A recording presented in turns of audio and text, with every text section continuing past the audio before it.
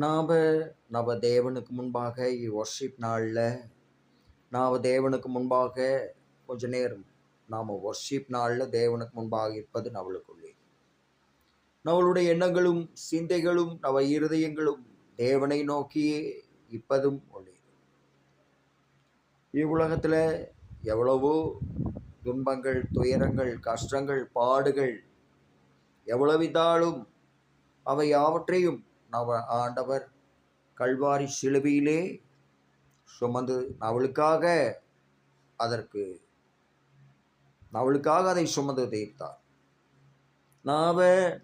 தேவனுடைய சமூகத்தில் வந்து வர்ஷிப் பண்ணுவது மாத்திரமே நம்மளுக்கு கொடப்பட்ட ஒரு கடமையாயிற்று. இந்த அநேக அலுவலங்களில் ஈடுபடுவார். குறிப்பாக தமிழ்நாட்டில் ஒவ்வொருவரும் ஒவ்வொன்று வழியில சிந்தித்து கொண்டு செயல்பட்டு கொண்டு நன்னை அறிந்தவர்கள் அநேகம் பேர் இருக்கிறார். நானும் நன்ற சாதி ஜனங்கள் மத்தியிலும் நாங்கள் குடும்பத்தின் மத்தியிலும் கூட நான் தனியுபனாய் இர வேண்டியவனாய் இருக்கிறேன். அதற்கு தேவன் காரணமாய் இதாரா என்பதை குறித்து நான் ஆராய்ச்சி பண்ணி கொண்டிருக்கிறேன். ஆனால் நன்ற தேவன் எந்திலையுமே நான் கூட இருப்பேன். ஒரு சிலர் நன்னை வேக்குந்தே சோதிக்கும்படியாக வந்து நன்னிடத்திலே அன்பு பாராட்டாமல் அரசியலிலே இப்பவர்கள் நன்னை எதிரியாய் கருதி அவர்கள் நன்னை ஆக்குவது, துன்புறுத்துவது போன்ற காரியங்களையெல்லாம் அவர்கள் ஆட்களை வைத்து செய்த காரியங்கள் ஏராளமாயிற்று. ஆனால் அப்படிப்பட்டவர்கள் இன்றைக்கு வெளியேற்றப்பட்டதாலும் கூட